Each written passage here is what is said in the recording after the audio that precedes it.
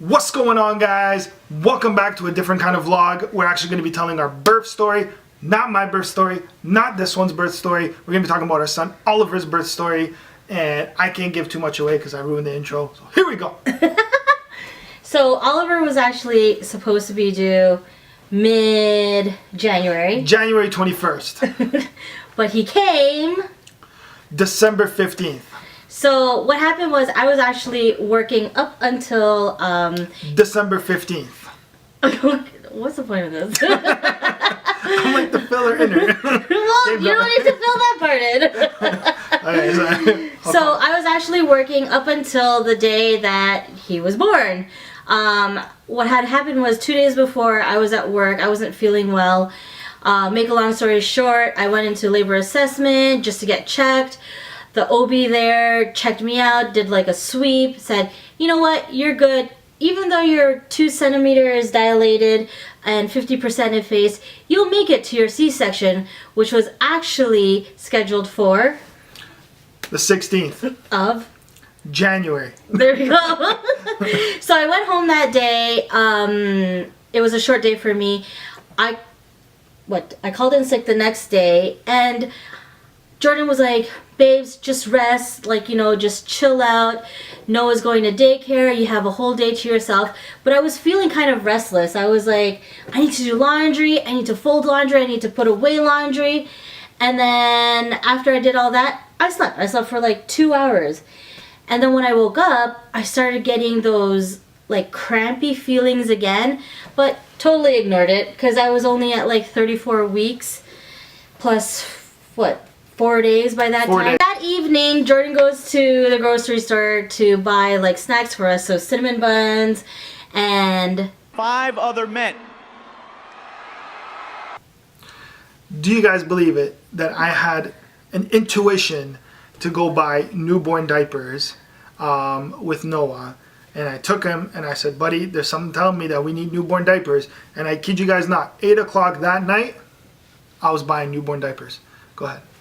And after we put Noah down for bed, I went ahead and made those cookies and the cinnamon buns. We ate them, and through the whole time, I still wasn't feeling well. But I was just like, you know what? It's nothing. I even looked it up. They're like Braxton Hicks. So that's what I thought it of as. And Jordan was playing games, and I was turned actually around, like my back was to him, and I was reading something on the computer while having contractions and tracking it on my phone. Like, I downloaded an app specifically.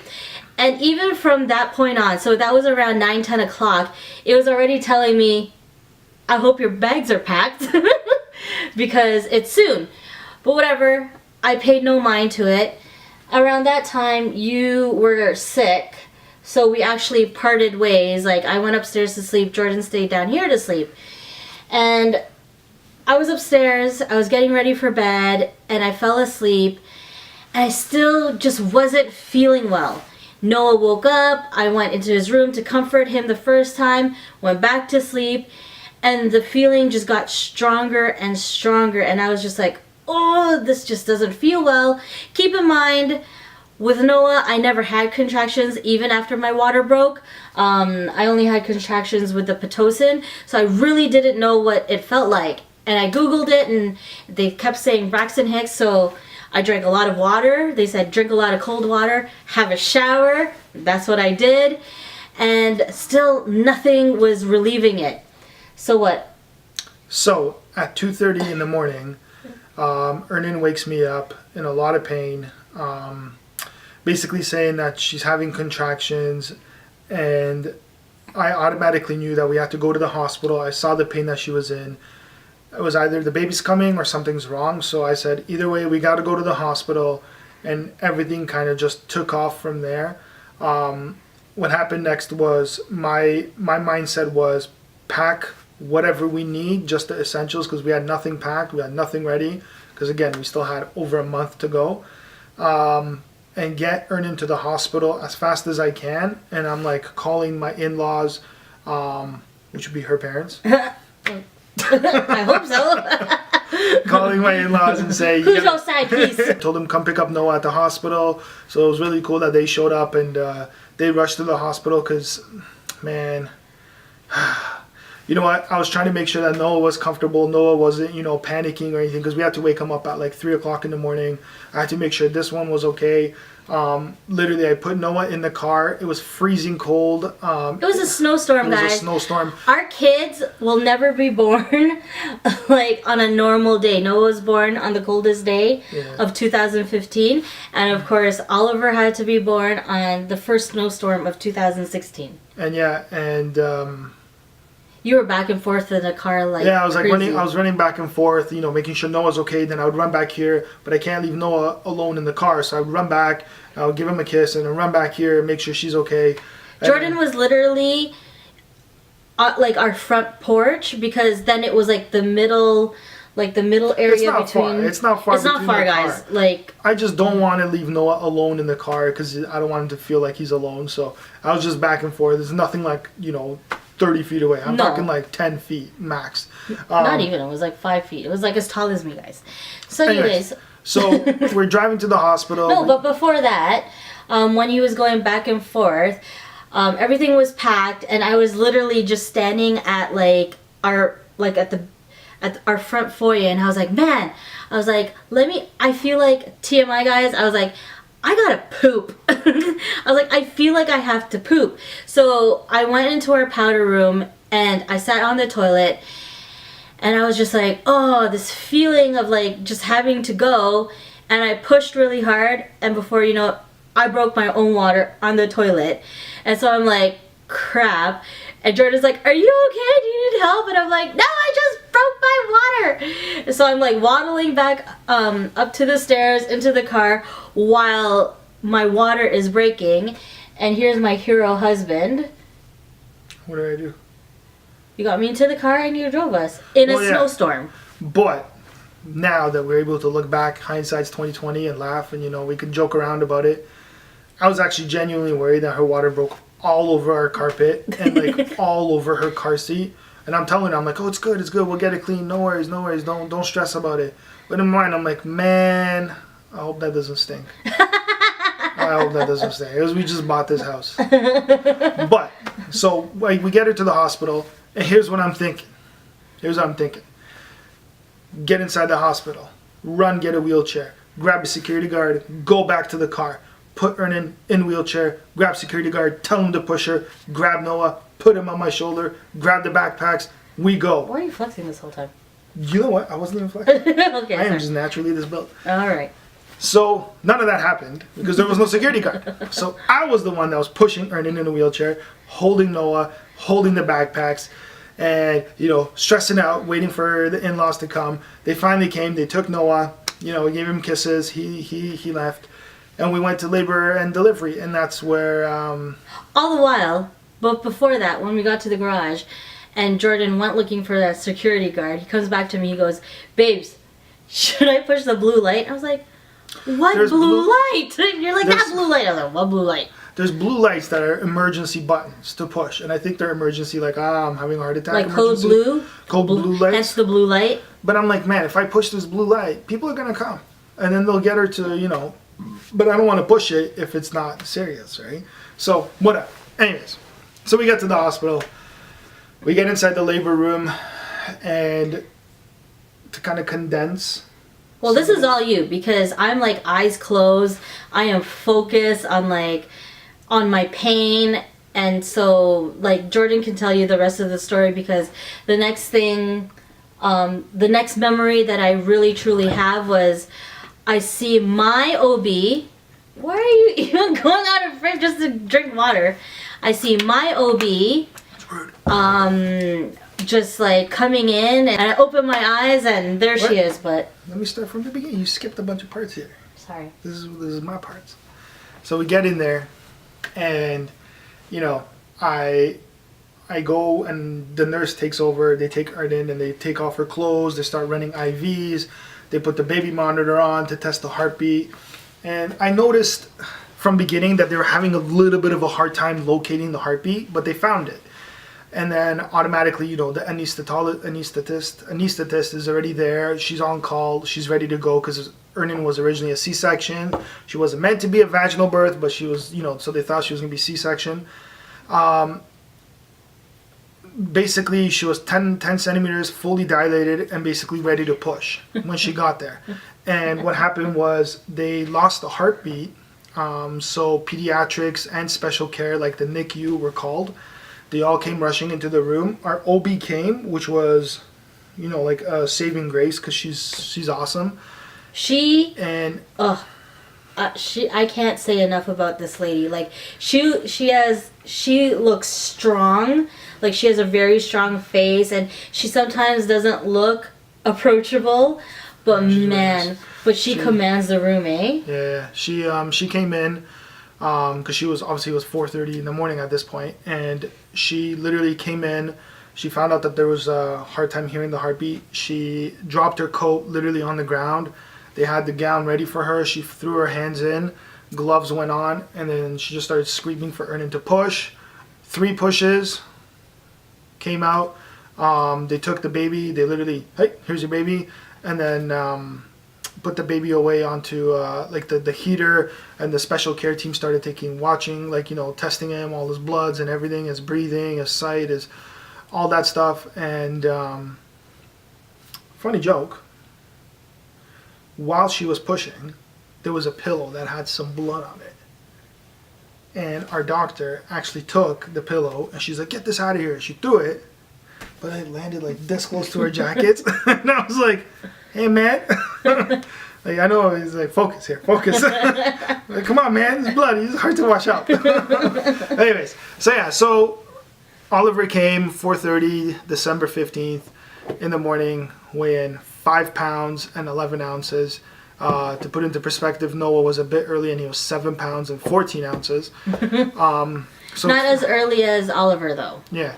So they automatically took him to a special care nursery, which I followed, which has always been our rule, that if the baby goes to, baby leaves, then I follow the baby.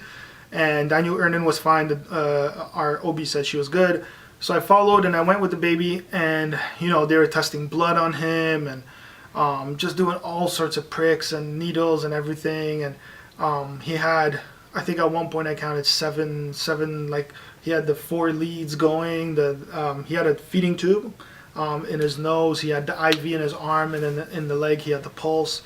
You know, the feeding tube was because he was too young to still, he didn't have the suck swallow reflex well. So, you know, we know when we're drinking or eating to stop breathing, where he doesn't do that. He just, you know, he tries to breathe while he eats because he doesn't understand. So he would choke a lot. So in order for him to get, you know, all the nutrients and everything, he had to be fed through a syringe in his nose that went into his belly. So that part of it is done. The delivery is done. Ernin was good. She was, you know, she's always been strong. She started walking. But the real struggle was after that. Ernin got discharged on the 2nd day. And for us, it was a struggle because now we haven't seen Noah in 2 days. We want to spend time with him, but we also don't want to leave our son alone in the hospital, which, you know, the nurses were beyond amazing. And I fully trusted them with his care.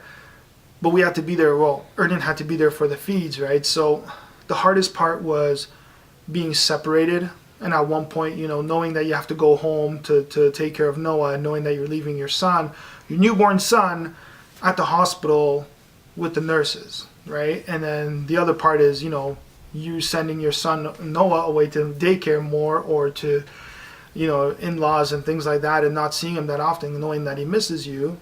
That was the hardest part.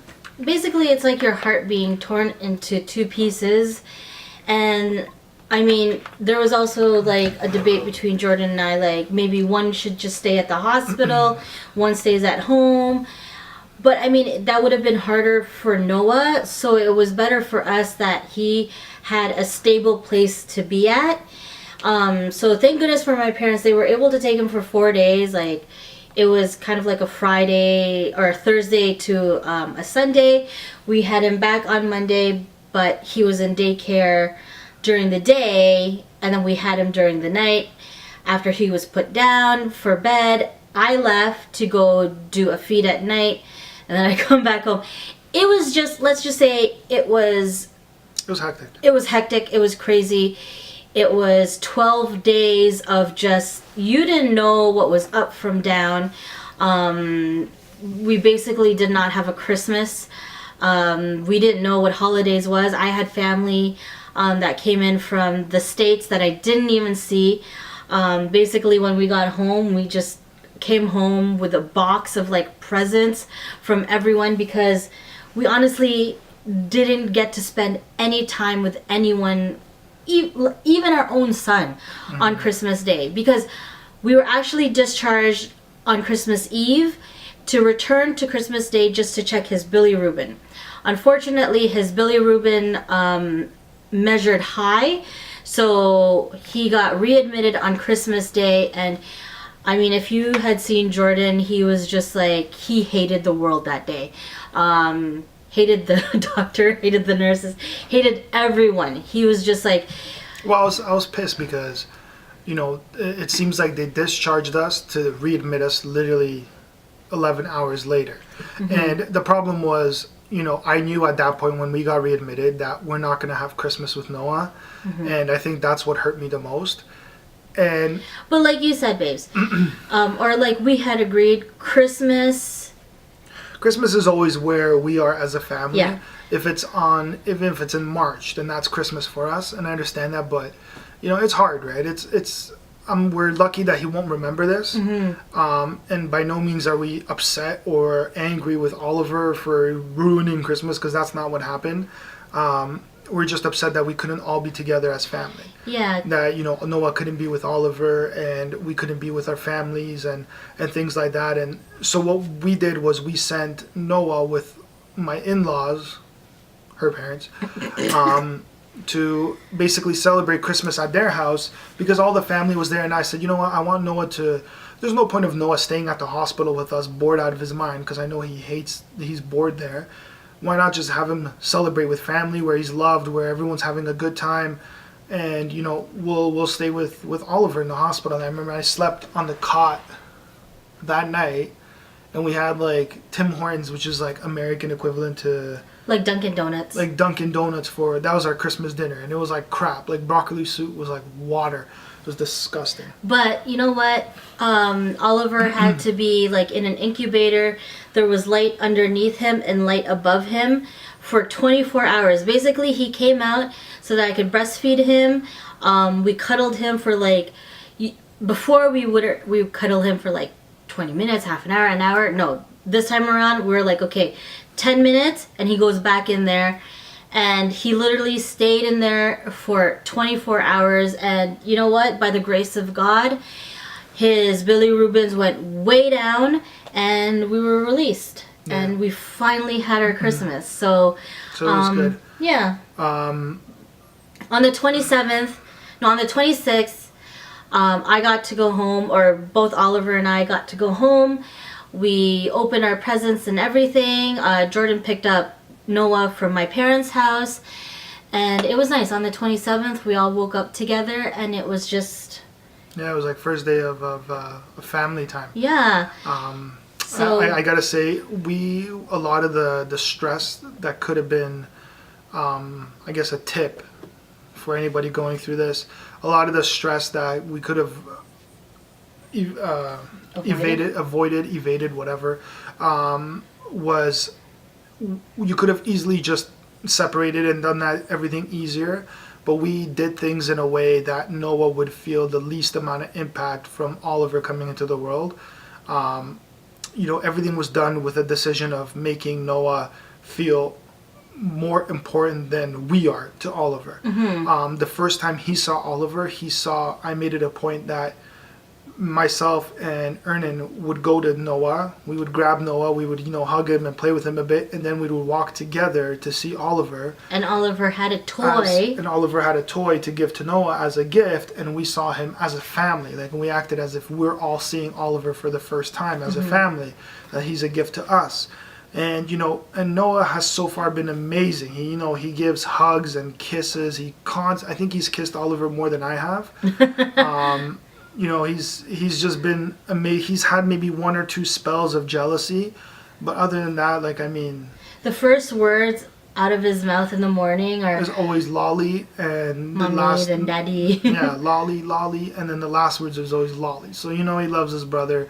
I think Noah just can't wait till he can play with him, and you know. And it's like, he knows not to really kind of bother me when I'm breastfeeding Oliver. He'll come, he'll want to kiss, he'll be like, kind of like, what's going on? But then he'll just go back to what he's doing.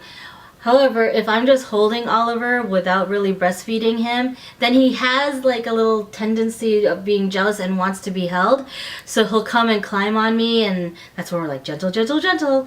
But other than that, he has been such a good boy that, you know, we're blessed. Who's that guy? So, wait a minute, we're talking about you. So yeah, so if you were to give any advice for preemie parents, what would it be?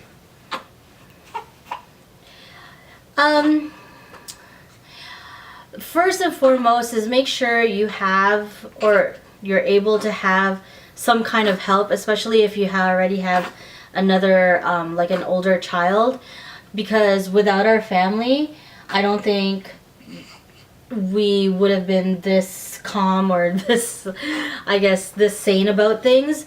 Also, be prepared.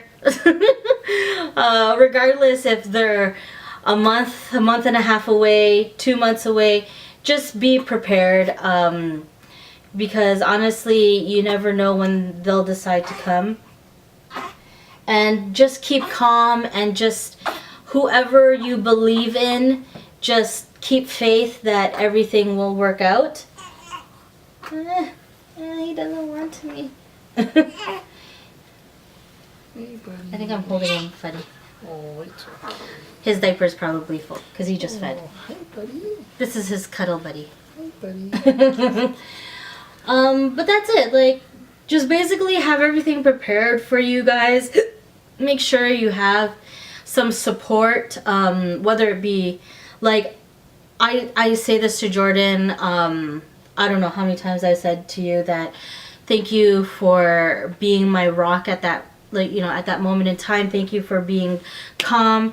Thank you for just, you know. Oh, you didn't like that? No showboating. Just being there for me and knowing what I needed at what time, and knowing the amount of support that I needed, or just knowing when to just not talk. But you know what? All I can say is, dude, you the best. Because I'm going to cry if I actually say what I want to say. So I'm going to end it with this. And if I was to give any advice, it would be keep faith. God will provide the answers. We prayed a lot in special care, and there was times where I was definitely tested, and that's how I felt. Oh, Mommy, you want to go change his bum? I'll finish it up. Oh, Sure. he's farting. Okay, let him. So we've... He doesn't like pooping. I'm going to end it by saying keep faith. You know, Ernest's just changing his butt now. He's freaking out. Keep faith, and you know, God will provide all the answers. And the one thing I know, a lot of times that I was tested, you know, you get frustrated. You kind of think like, why me?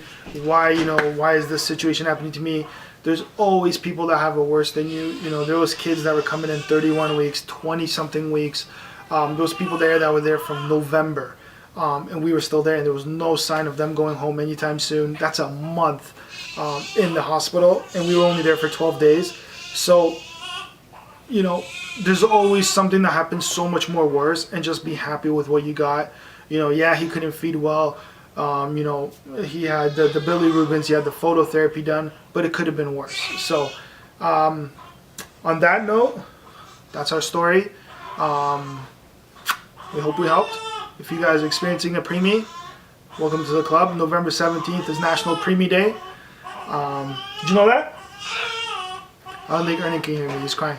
So we're gonna go. Peace.